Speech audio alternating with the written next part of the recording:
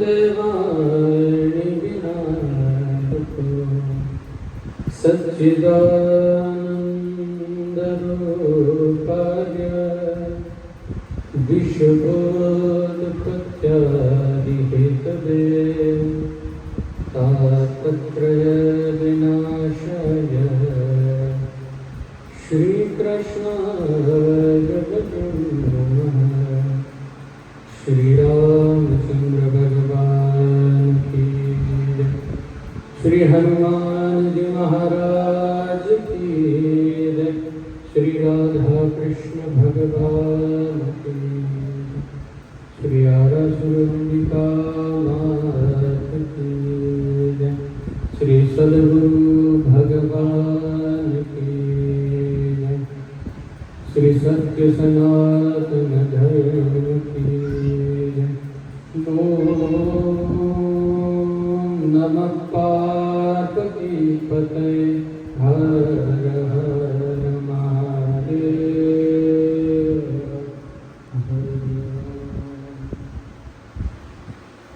जय श्री राम।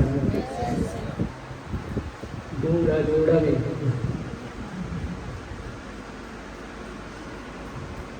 आज श्रावणी पूर्णिमा, श्रावण महीनो એટલે જ આપણે મહાદેવના અનુષ્ઠાનનો, મહાદેવના ઉપાસનાનો, ભગવાન શિવની પ્રાર્થના પૂજાનો મહાદેવનો મહિનો એમ આપણે જાણીએ। અત્યારે તો બધા જ શ્રાવણ મહિનામાં ખૂબ સુંદર ભગવાન શિવ साधना उपासना अनुष्ठान करता હોય છે અને એમાં પણ શ્રાવણી પૂનમ, પૂનમ એનો અર્થ જ એ છે કે જે પૂર્ણ છે। આ માસનો પૂર્ણ દિવસ એટલે શ્રાવણી પૂનમ। અને એમાં પણ મહાદેવ, જો મહાદેવ શિવજી છે ને એમાં દરેક વસ્તુમાં મહા લાગે। દેવ, દેવોના દેવ એટલે કોણ? કે મહાદેવ શિવજી। મહાકાળ, काल कालना काल ए कोण? तो महाकाल ए शिवजी। शिवजी शिव तत्व कीधुं छे અને એમનો આ મહિનો એની અંદર આજે પૂર્ણિમા, જે દિવસે બ્રાહ્મણો પોતાના યજ્ઞોપવિત પરિવર્તનનું કાર્ય કરતા હોય।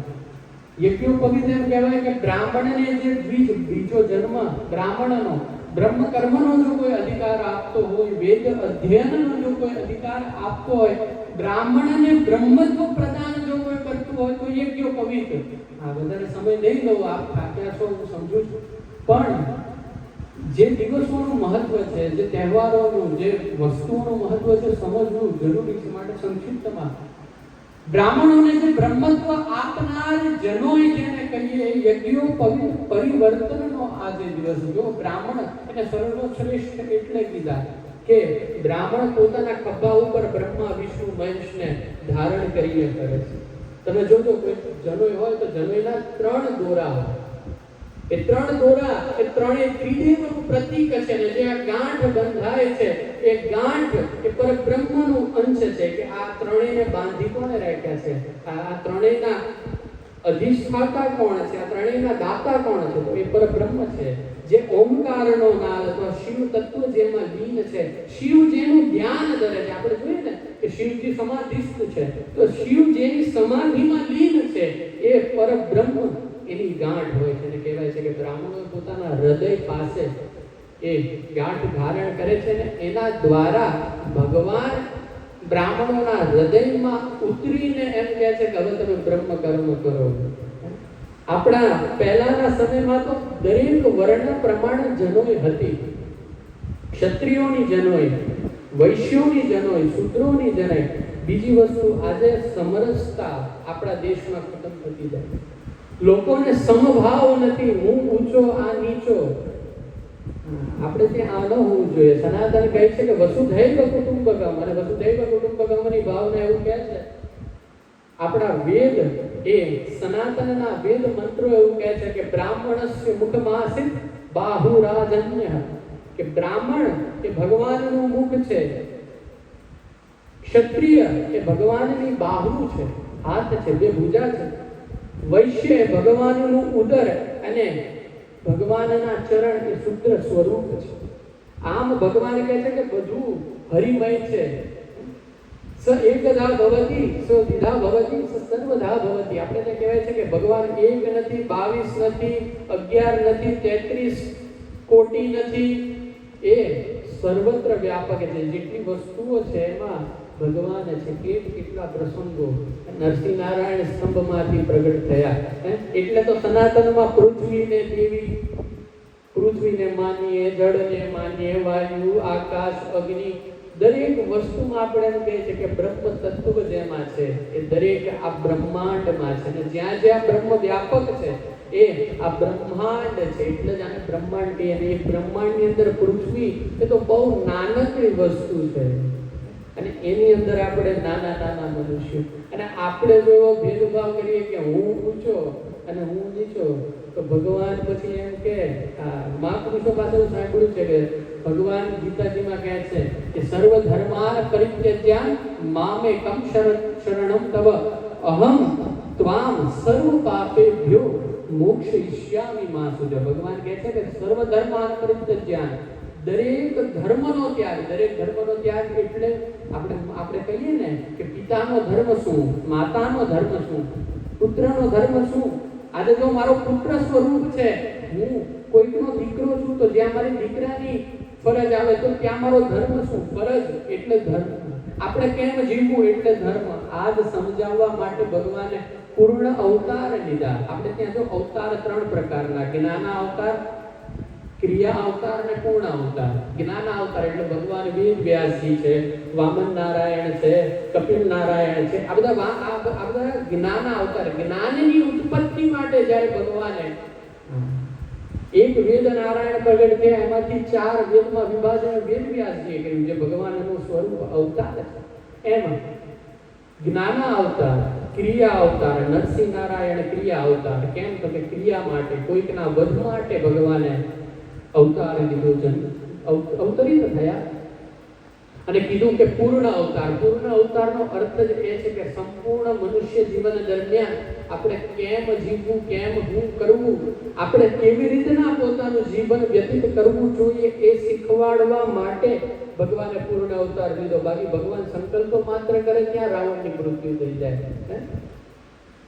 ભગવાન ખાલી મનમાં વિચારે ત્યાં કંસ એમને મૃત્યુને પામી જાય, પણ નહીં, લોકો માટે પૂર્ણ અવતાર. શું ભગવાન એવી તાકાત નહીં હોય કે પોતાના માતા પિતા પાસે રહે? કંસને જે વિચાર માત્ર, સંકલ્પ માત્રથી મારી શકે, તો એ 11 વર્ષને 52 દિવસ પોતાના સગા મા બાપથી દૂર રહે. પણ શું કરવા એમણે આ કર્યું? જેને કાલે રાજ મળવાનું ને સીધો વનવાસ સ્વીકારી લીધો, 14 વર્ષ સુધી વનમાં રહીને તપસ્યા, શું કરવા આ સ્વીકાર્યું? આપણા બધા માટે. કેમ તો કે આપણા અંદર એ આપણને શીખવાડવા માટે કે જીવન કેવી રીતના જીવવું. એટલા માટે કથા છે, એટલા માટે સત્સંગ છે. જો બીજા ધર્મમાં એવું છે કે પોતાના બાળકોને મંદિરોમાં મોકલે અને ધર્મનું જ્ઞાન આપે, ધર્મ વિશે સમજાવે, જ્યારે સનાતનમાં તો પરંપરા છે કે સદગુરુ, બ્રાહ્મણો, મહાપુરુષો એ કથા સત્સંગના માધ્યમથી લોકો સુધી ધર્મને પહોંચાડે.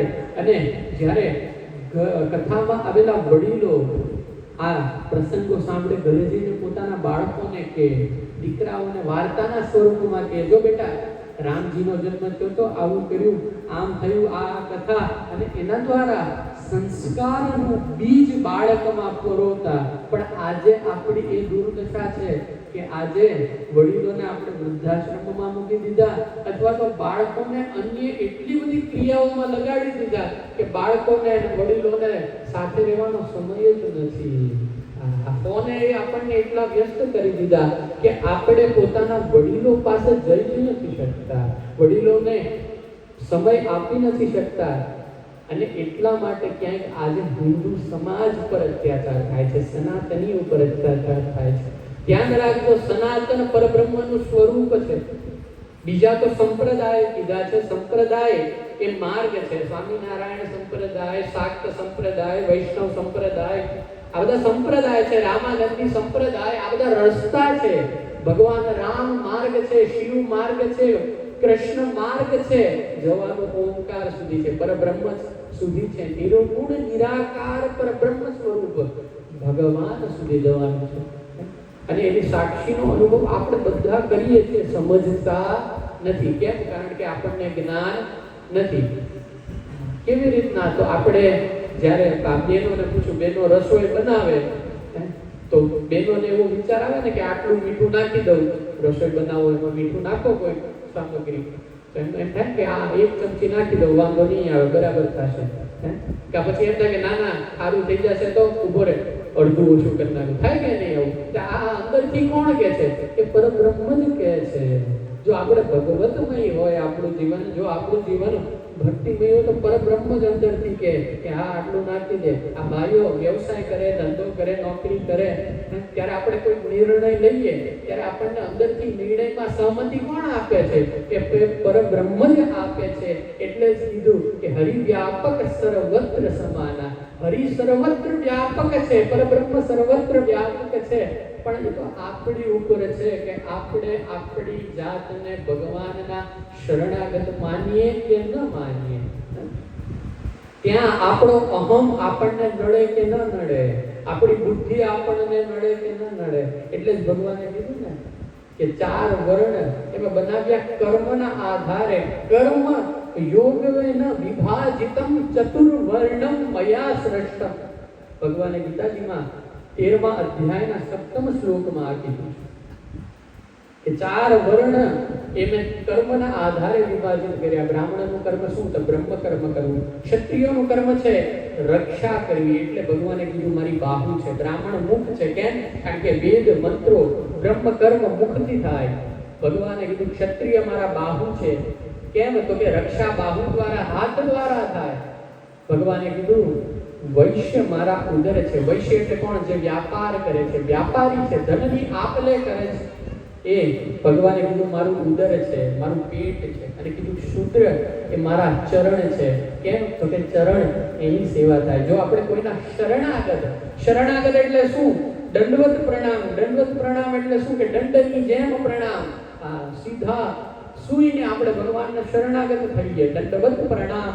જેને શરણાગત થઈ ગઈ જઈએ, જેના સેવાના કર્મ, જેને સેવા કરવી હોય એને શરણાગત થવું પડે. અને જે શરણાગત થાય એ સૂત્ર. અને ભગવાન કહે છે કે મને મારા સેવક, મારા પ્રિય બહુ છે. એટલે આજે આ દિવસે બ્રાહ્મણો એને યજ્ઞોપવિત પરિવર્તનનું શુભ કાર્ય આપણે અહીંયા પણ પરંપરાગત પૂજ્ય ગુરુદેવ ભગવાનની આજ્ઞા અને એમની પ્રેરણા અનુસાર કર્યું. સાથે જ આપણા પૂર્ણિમાનો ક્રમ એટલે 111 હનુમાન ચાલીસાના પાઠ, 111 લાડુનો ભોગ હનુમાનજી મહારાજને. અને એમાં આજે તો આ શ્રાવણમાં તો એવો આનંદ કે અહીંયા 12 જ્યોતિર્લિંગ પ્રતિષ્ઠિત કરવામાં આવ્યા છે વેદોક્ત મંત્રો દ્વારા.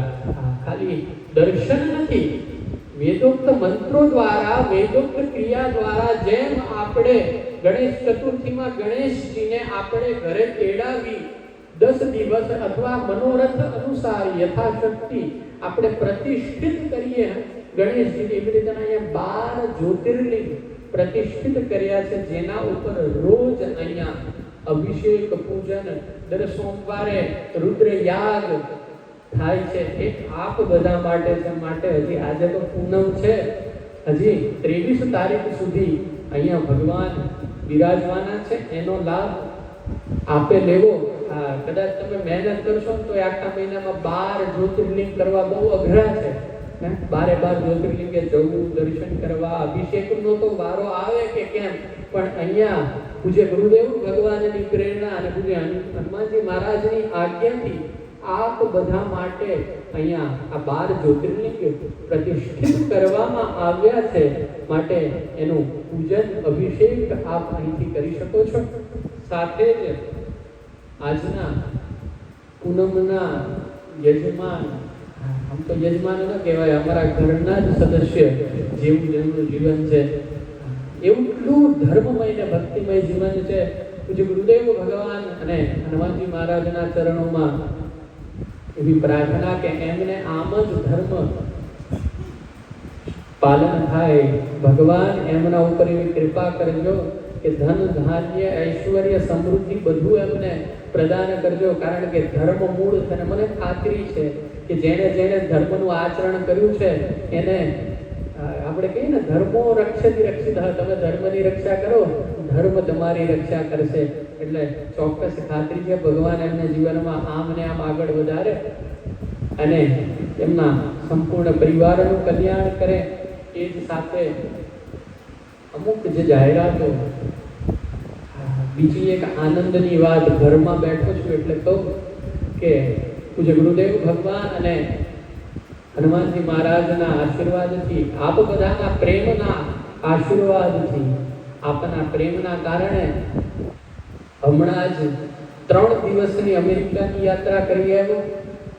સાથે જ અહીંયા આવતા પહેલા દિલ્હીથી સીધો સનાતન ધર્મના પ્રચારક જેને કહી શકાય અથવા આજના સમયમાં સંપૂર્ણ વિશ્વમાં સનાતનને પહોંચાડનાર અથવા સનાતનને સંપૂર્ણ વિશ્વમાં પ્રતિષ્ઠિત કરનાર હિન્દુ રાષ્ટ્રનું જેનું લક્ષ્ય છે એવા અદ્ભુત મહાપુરુષ જેમના ઉપર બાલાજી સરકારની અસીમ દિવ્ય કૃપા છે એવા દિવ્ય મહાપુરુષ, યુગ પુરુષ જેને કહી શકાય. કેમ? કારણ કે આજના યુગમાં સનાતનની લહેર જેણે ચલાવી છે એવા બાકેશ્વર ધામ પીઠાધીશ્વર પંડિત ધીરેન્દ્ર કૃષ્ણ શાસ્ત્રીજી સાથે મળવાનો, દર્શનનો લાભ આપ બધાના પ્રેમ દ્વારા પ્રાપ્ત થયો. અને એનાથી વિશેષ આ ભગવાનની કૃપા, આ પેલું કહેવાય ને કહેવત છે કે ગુરુ મહેરબાન તો આ ગધા પહેલવાન, એવી બાબત છે. એટલે ધીરેન્દ્ર કૃષ્ણ શાસ્ત્રીજી સાથે સનાતનના કાર્યોને આગળ વધારવાની જવાબદારી, સનાતનને સંપૂર્ણ વિશ્વમાં, સંપૂર્ણ ગુજરાતમાં આગળ વધારવાની જવાબદારીઓ મળી. એમની સાથે કાર્યોના અવસર પ્રાપ્ત થયા અને કદાચ ગુરુ મહારાજની કૃપા થશે તો આપણે ત્યાં શાસ્ત્રીજીને આમંત્રિત કરી એમની વાણીનું શ્રવણ, કથા શ્રવણ અને અહીંયા એમનો દિવ્ય દરબાર પણ લગાવશું. જો ભગવાનની કૃપા થશે, સદગુરુ ભગવાન કૃપા કરશે, હનુમાનજી મહારાજ જો આજ્ઞા કરશે તો ચોક્કસ આ પ્રયાસ છે. અને સનાતનને કેમ વિશ્વમાં સ્થાપિત કરીએ, સનાતનીઓને કેમ વિશ્વગુરુ બનાવીએ, એ જ લક્ષ્ય સાથે કાર્ય કરીએ છીએ. આગળની જાહેરાતમાં આપણે તારીખ 28 ઓગસ્ટ 2025 થી 3 સપ્ટેમ્બર સુધી જે સર્વપિતૃ મોક્ષાર્થે શ્રીમદ ભાગવત કથા માં નર્મદાના તટે માલસરમાં આયોજિત કરી છે, એની દરેક વ્યવસ્થાઓ અને સૂચિ તૈયાર થઈ ગઈ છે. માટે જે પણ કોઈ આ કથામાં સહયોગી થવા માંગતા હોય, જોડાવા માંગતા હોય, એ આપણા કિશોરભાઈ પટેલ મોરથાણા એમને નામ નોંધાવી દેવું, યજમાન પદ. એના માટે 21,000 રૂપિયા અનુદાન નિશ્ચિત કરવામાં આવ્યું છે. કારણ કે આજે લગભગ લોકોના ઘરમાં પિતૃદોષ બહુ છે. કેમ? કારણ કે આપણા શાસ્ત્રોની આજ્ઞા છે કે 6 મહિનાની અંદર એકવાર તો પિતૃકર્મ કરવું જ જોઈએ.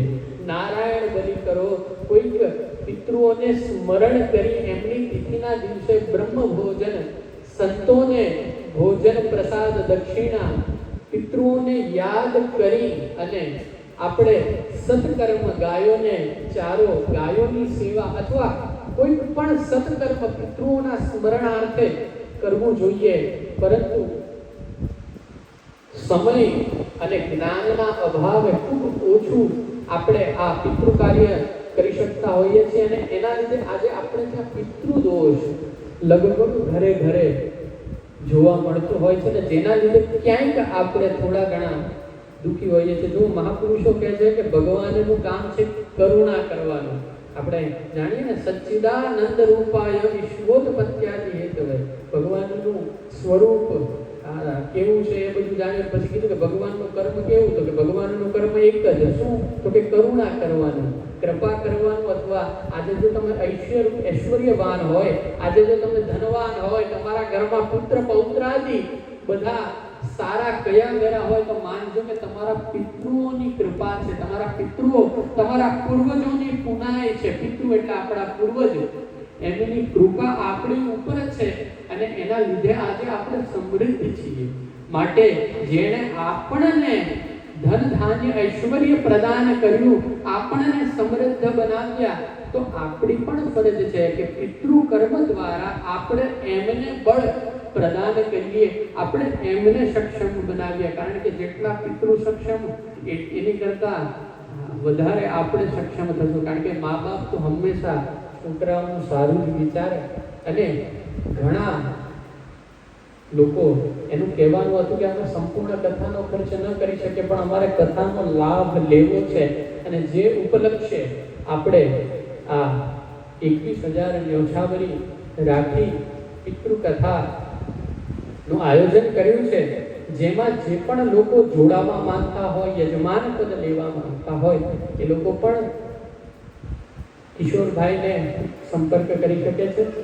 અને સાથે જે પણ કોઈ આ 7 દિવસ સુધી નર્મદા તટે આવીને, ખૂબ સુંદર વ્યવસ્થા છે, નદીનો તટ છે, ખૂબ આનંદ કરશું, સાથે મળી પિતૃ કર્મ કરશું. જેટલા પણ લોકો આવે દરેકના પિતૃઓનું તર્પણ આદિ વૈદિક પરંપરા દ્વારા, આપણે વૈદોક્ત મંત્રો દ્વારા ત્યાં તર્પણ, પૂજન, યજન બધું કરીશું.